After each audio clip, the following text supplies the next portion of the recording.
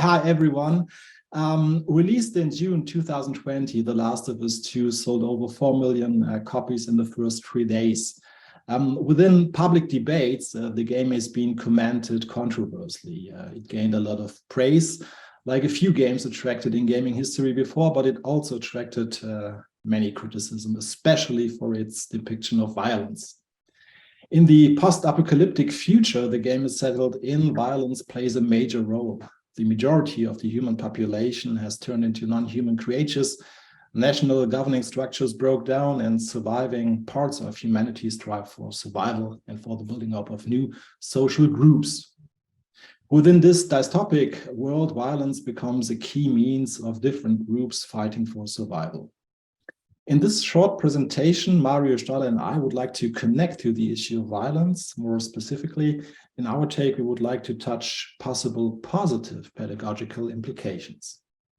In the following, we argue that The Last of Us 2 provides constraints and learning opportunities for the reflection of violence because of the fact that violence marks as a significant aspect of the game. In The Last of Us 2, players control two characters from a third-person perspective, Ellie and Abby, females, who were antagonists and strive to kill each other in acts of revenge. Ellie wants to kill Abby because Abby killed Joel, Ellie's father-like figure, and Abby wants to kill Ellie because of her strong relationship with Joel, who killed Abby's father. Within estimated 30 hours of gameplay, The Last of Us 2 teaches to circumvene physical conflicts at some points. However, gameplay and mechanics force players to use violence and to experience the outcomes. When playing Ellie, we are forced, for instance, to hit Nora's face with a pipe repeatedly.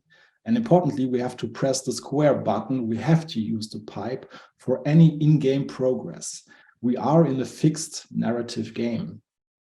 We are constrained to use violence and have no decision power. Instead, we have to shoulder the burden of Ellie's violent choice.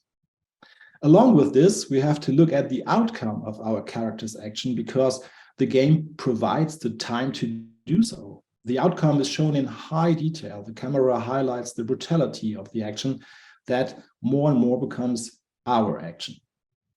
After an estimated playtime of 11 hours, The Last of Us 2 forces us to switch the character. We are now playing the enemy, Abby, experiencing the world in her eyes, seeing her father dying by the hands of Joel, getting to know her wants and needs and motives for action, and gather a special understanding of this character.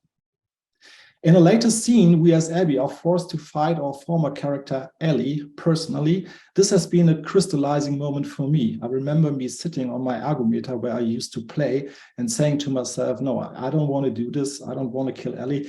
This is not going to happen. In this state of cognitive dissonance, where I had to do what I did not want to do, the magic pedagogical moment can be identified, which acting and experiencing led to a valuable reflection. At least it emerged here for me.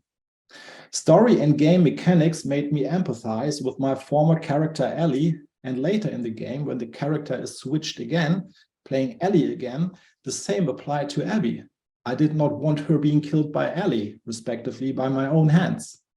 The Last of Us 2 provides a pedagogical potential by a mechanism we call reflexive violence. The game not only deals with violence on a horizontal layer in terms of a recurrent topic or means, also on the vertical layer, like coming from the outside above, forcing us, pressing us to make use of violence, to experience violence, and to think about violence, while taking the other's perspective and biographical background into account.